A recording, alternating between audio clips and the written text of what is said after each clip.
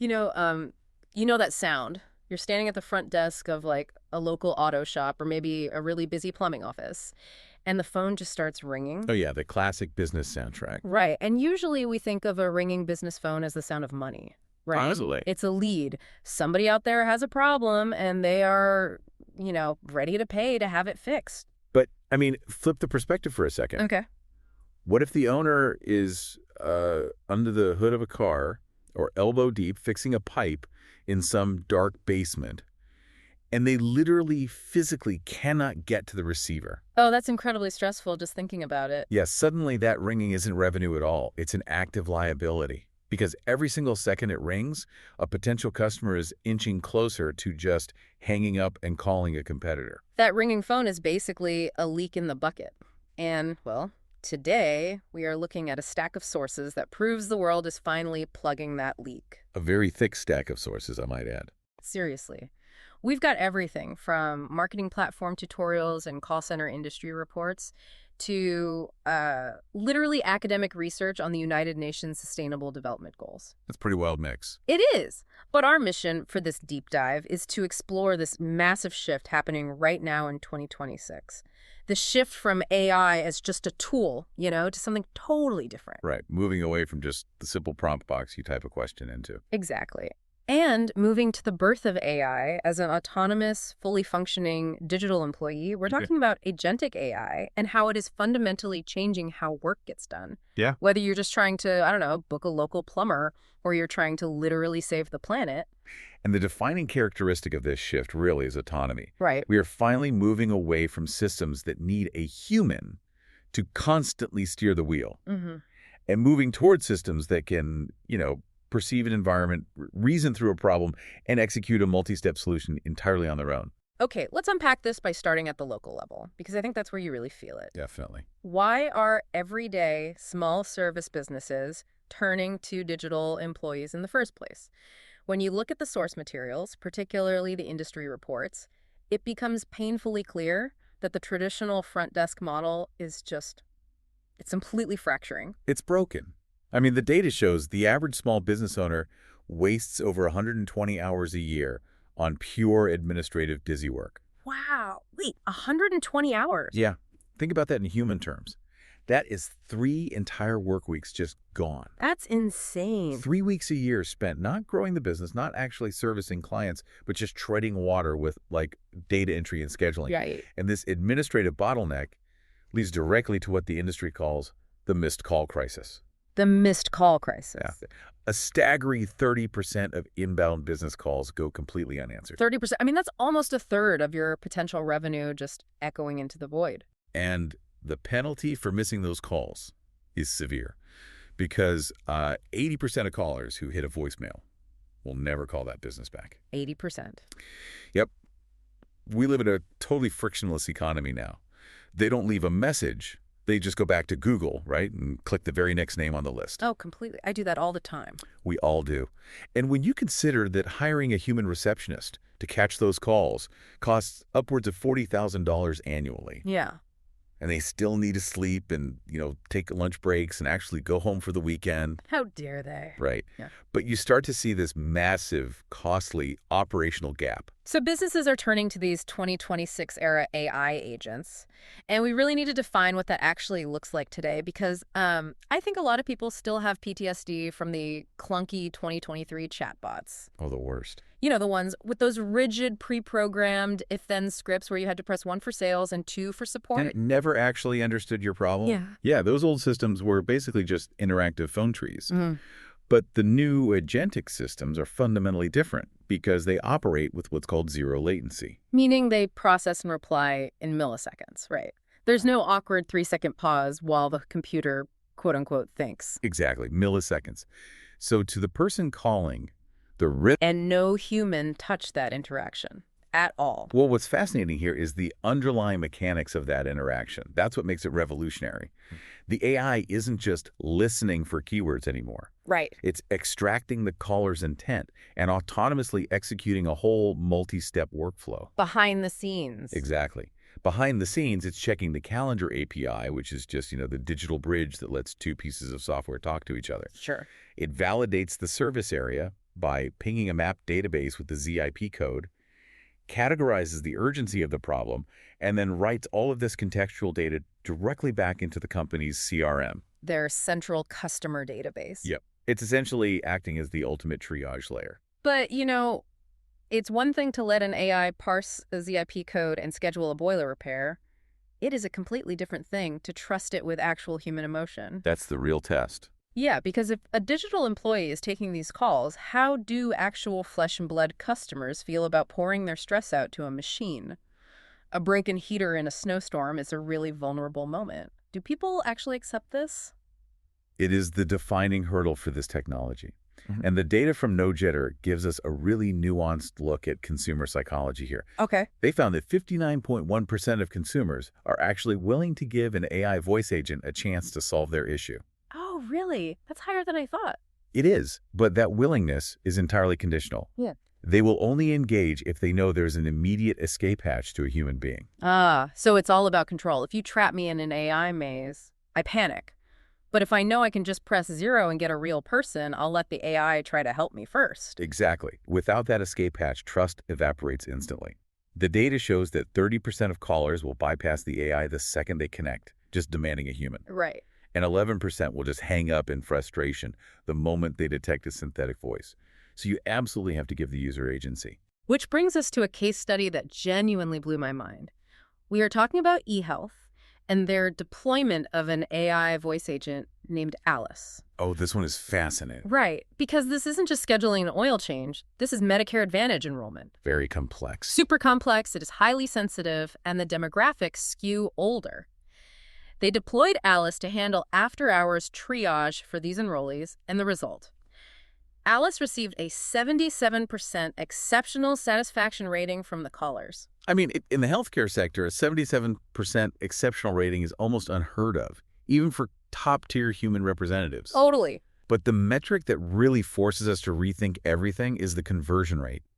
Alice actually achieved a 27% higher purchase rate than the human screeners working the exact same leads. Okay, I have to push back on this a little bit because I found this detail incredibly unsettling. Uh-oh. Are we really saying a piece of code got a 27% higher purchase rate than a human being because the machine was somehow more empathetic? It sounds wild. It sounds incredibly dystopian. Or, I don't know, does it just expose how broken and overworked our human customer service systems are? I think it's the latter. It exposes the massive friction inherent in modern call centers. Because the secret to Alice's success isn't that she magically possesses actual human empathy. Right. It's that she is programmed for infinite patience. Ah. Think about human agents, particularly during the chaos of peak Medicare enrollment season. They are chained to performance metrics. They have strict average handle times. They're constantly watching the clock. Exactly. They are stressed, they are rushed, and that anxiety absolutely bleeds into the conversation. Alice never rushes the caller. She has literally nowhere else to be. And the sources mentioned a specific interaction that perfectly illustrates this. Yeah. If an elderly beneficiary calls in and happens to mention that their spouse recently passed away. A really tough situation. Yeah, and a rushed human agent might clumsily offer condolences while just trying to hurry them along to the next form field. But Alice is programmed to gracefully handle that sensitive moment. How so? Well, she responds with measured compassion, right? She pauses to actually let the caller breathe. And then she autonomously logs into the system to remove the deceased spouse from future outreach lists, so the caller is never triggered by a piece of junk mail again. That is just brilliant. And by the time Alice facilitates the human-in-the-loop handoff, which is when they transfer to a real person. right, transferring that caller to a licensed human agent to finalize the insurance details. By the time that happens, the live agent receives a fully populated summary of everything that was just discussed. That's so helpful. Yeah, so the human doesn't have to ruin the rapport by asking, can I get your account number or what's your address? The AI has absorbed all that administrative friction. So the human agent gets to step in and focus purely on the complex problem solving. Exactly. And the genuine emotional connection that humans actually excel at. Okay, I can definitely see how powerful that is. But let's ground this in reality for a second, because if I'm a business owner listening to this and I want to hire an infinitely patient digital employee like Alice, I imagine I can't just plug her into the wall. Definitely not. How do businesses actually integrate these systems without tearing their existing operations apart? Well, moving from the theory of an autonomous agent to the daily execution is where the vast majority of companies stumble. Makes sense. Let's look at the ROI reality and what the sources refer to as the onboarding fallacy. The onboarding fallacy. Yeah, so data from Rise AI tracks businesses that switch to AI ad management tools. The upside is undeniable. These companies see an average 3.8x return on their investment in just 6 weeks. Whoa. Right, alongside an 85% reduction in manual time spent on tasks. Here's where it gets really interesting, because let's translate that 85% reduction into the human experience. Imagine taking your standard 40-hour work week, and someone tells you that 34 of those hours, the tedious data entry, the endless report pulling, the calendar Tetris. The worst parts of the job. Right. Imagine all of that is just gone, handled entirely by a machine. It's staggering. It is staggering, but those numbers come with a massive warning label. Oh! Yeah, the absolute biggest mistake businesses make is something called the overnight flip. The overnight flip. They see the potential, they purchase the AI integration, and they immediately hand over all their operations or ad budgets to the machine on day one. Just giving it the keys to the kingdom. Exactly. And doing this actually destroys your ROI by 40 to 60%. Okay, so if you can't just flip a switch, I imagine this looks a lot more like onboarding a human intern. Very much so. Because you wouldn't hire a brand new marketing director, walk them to their desk on a Monday and say, okay, execute $1 million ad campaign by tomorrow, without ever explaining your company's history or target audience. You have to let them shadow you first. That is the perfect analogy. AI is not static software you simply install. It is a dynamic nervous system that you have to train. Right. AI algorithms require deep historical context to function autonomously.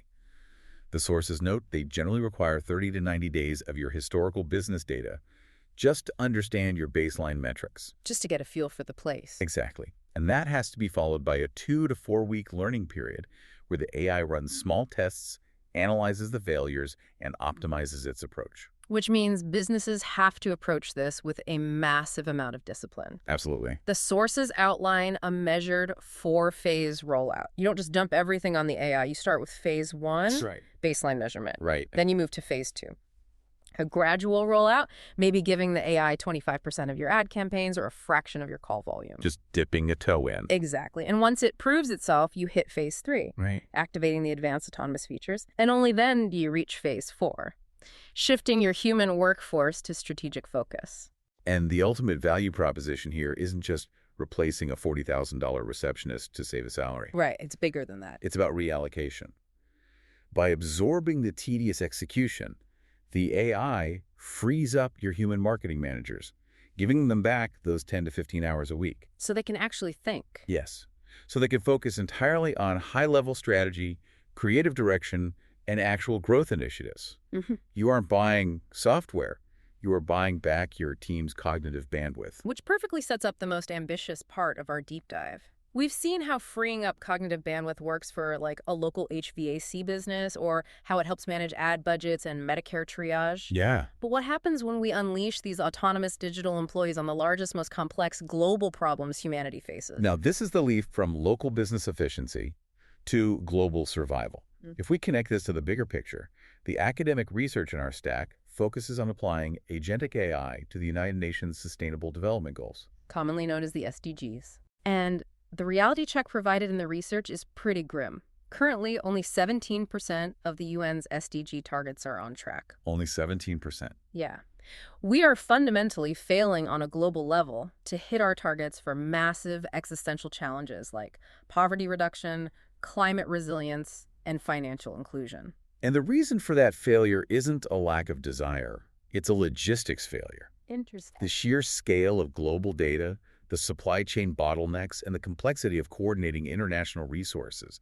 It's simply beyond human capacity to manage in real time. It's just too much information. Far too much. And this is exactly where agentic AI, specifically a framework called multi-agent systems, can intervene. This concept of multi-agent systems is wild to me. It's not just a single, incredibly smart AI trying to solve poverty.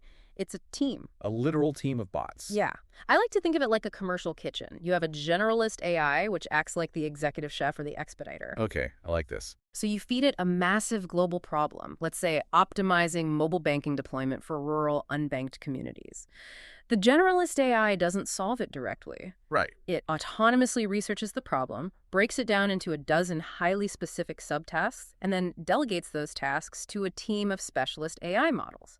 And they act like the sous chefs at their individual stations. And the mechanism of how they collaborate is fascinating. Yeah. The generalist essentially acts as a prompt engineer for the specialists. Oh, wow. Yeah, it generates highly specific parameters and constraints, feeds them to the individual agents, and they all go to work in parallel. Right at the same time. Yep. So one specialist AI might be analyzing satellite imagery to map physical infrastructure. Another is simultaneously processing socioeconomic survey data. Oh, I see. And a third is cross-referencing local financial regulations. And here is where the autonomy truly shines. Dynamic replanning. This is key. Right, because if one of those sous chefs hits a wall, say the AI pulling satellite data realizes the imagery for a specific region is obscured by cloud cover. It happens. It doesn't just crash the whole program and wait for a human to fix the code. The generalist AI reads that failure, rewrites the parameters, and immediately prompts a different specialist AI to pull drone data or ground sensor data instead. It pivots in milliseconds. The potential to rapidly scale solutions for the SDGs using this technology is unprecedented. It's incredible. However, deploying autonomous black box systems on a global scale triggers massive societal anxieties. Of course. And the sources included a fascinating global survey of 316 people regarding these ethical concerns. What's revealing is how perfectly the data maps the specific fears of different global regions. It is a fascinating breakdown. Like in the US, the UK, Germany, and Saudi Arabia, the top ethical concern regarding global AI deployment is algorithmic bias. Makes sense for those regions. Right. These populations are terrified that an autonomous system managing resources will simply encode and reinforce existing human prejudices at scale. But look at India, Canada, and Australia. Their primary concern wasn't bias. It was the loss of human control.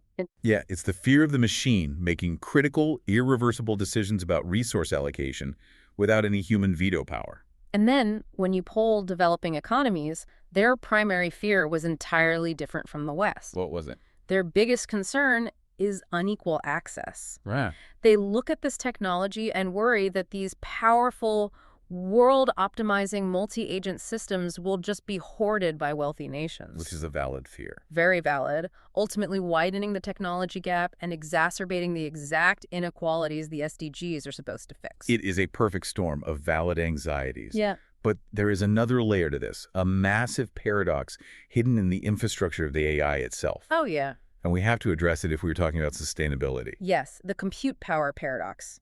I honestly couldn't shake this while reading the research. The sources make it undeniably clear that we desperately need the advanced cognitive reasoning of these AI models to solve environmental crises. We do. We need them to optimize global power grids and coordinate climate resilience responses. But the mechanism of generating that cognitive reasoning is incredibly costly. It's massive. Massive LLMs, large language models, they don't just instantly pull an answer from a static database.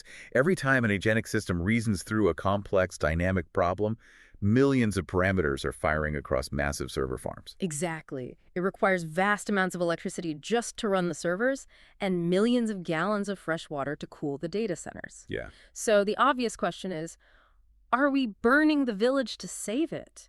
How do we possibly reconcile the immense energy cost of running these AI models with the environmental sustainability goals they're supposedly trying to solve? It is the defining paradox of the AI age, and the academic research tackles this head-on, concluding that the answer isn't to just abandon AI. Because human logistics alone are already failing the SDGs. Exactly. The answer is to legally and structurally demand robust ethical frameworks. Transparency, verifiable corporate accountability, and strict human-in-the-loop oversight. Right. These can no longer be treated as nice-to-have public relations features. They have to be mandatory infrastructure. Absolutely mandatory for public trust and for literal environmental survival. We have to design these neural architectures to be highly energy efficient. Yeah. And we must require the corporations deploying them to mathematically prove their net benefit. Prove their work. Exactly. If a multi-agent system is deployed to optimize a city's energy grid, the megawatt hours saved by the AI's optimizations must vastly, verifiably outweigh the megawatt hours consumed by the data center running the AI. Wow.